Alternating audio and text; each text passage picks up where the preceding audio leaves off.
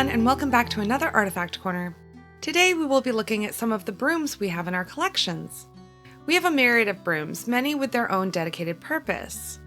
We have brooms for floors, brooms for cleaning ash out of the fireplaces, and small table brooms for clearing crumbs and food from the dining table. We have a large home, and cleaning it must have been a challenge, so these brooms would have likely been used daily for tidying up. Let's learn a bit more about the history of brooms. A broom is a cleaning tool consisting of usually stiff fibers, often made of materials such as plastic, glued hair, or corn husks, attached to and roughly parallel to a cylindrical handle, the broomstick. It is thus a variety of brush with a long handle. It is commonly used in combination with a dustpan. The word broom derives from the types of shrubs referred to as brooms. Common broom typically refers to whatever shrub is most commonly used to make the bristles for a broomstick in a given region.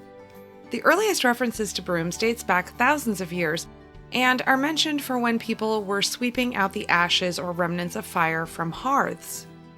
All brooms, up until 1810, were homemade, and the materials would depend upon what was locally available. Broom technology really changed in the early 19th century thanks to a man named Levi Dickinson. Levi, a farmer in Hadley, Massachusetts, made a broom for his wife using the tassels of a variety of sorghum, a grain he was growing for the seeds. She thought Levi's broom was exceptionally good and told friends and neighbors about it. Levi was not satisfied with having his very fine brooms fall apart and envisioned a machine which would help him make better brooms and make them faster. In 1810, the foot treadle broom machine was invented. This machine played an integral part in the Industrial Revolution. By about 1830, there were enough 1- to 2-man broom shops in the US that 60,000 brooms were being produced annually. This provided enough brooms for domestic needs and put this nation into the broom export business.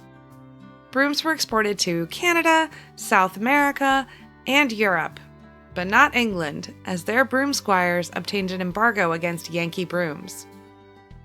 Ultimately, these brooms were permitted into England, bringing an end to the twig broom business there.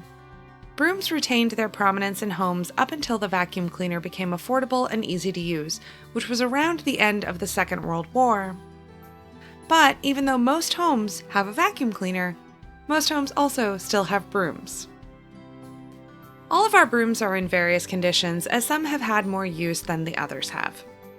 They are a great reminder of how challenging it was to keep a home clean before the invention of indoor electric and modern vacuum cleaners. We are so lucky to have them in our collections. Thanks so much for stopping by.